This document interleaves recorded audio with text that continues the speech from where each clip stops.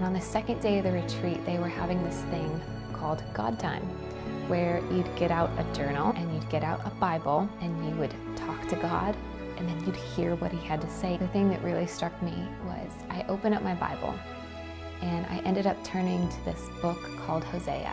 And so Hosea, he's a prophet, and God tells him to go and marry this prostitute. So he marries this prostitute and he loves her, but she keeps cheating on him over and over again.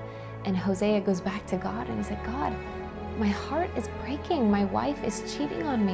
And the Lord says, Hosea, I want you to go and keep loving your wife, because that's how I love my people who keep running away from me. Though they don't love me back in this moment, I keep loving them. And I remember it just struck me. Lord, I am that prostitute. I've turned my back on you and I've just gone after every other lover, everything to bring me comfort, bring me satisfaction, bring me happiness. I'm looking in all these other things and I've forgotten you, God. And so I asked the Lord in that moment, like, Lord, after all I've done, like, you could still love me?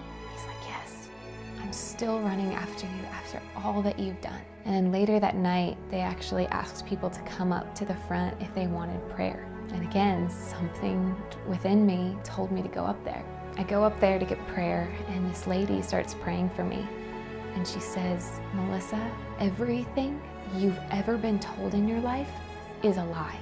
You are beautiful. You are wanted. You are precious to the Lord just the way that you are. You don't need to change for anybody. And that was the lie I had lived under my entire life, was you're not good enough. And when she said those words, it was just like an arrow that pierced my heart.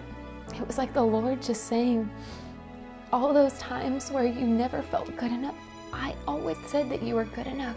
I loved you just the way you are. You never needed to change. You never needed to seek love from all those other people. I loved you just the way that you were. I created you that way and I love you. And I remember when she said those words, I just started sobbing. It was as if years of pain was just getting broken off of me, and I just wept.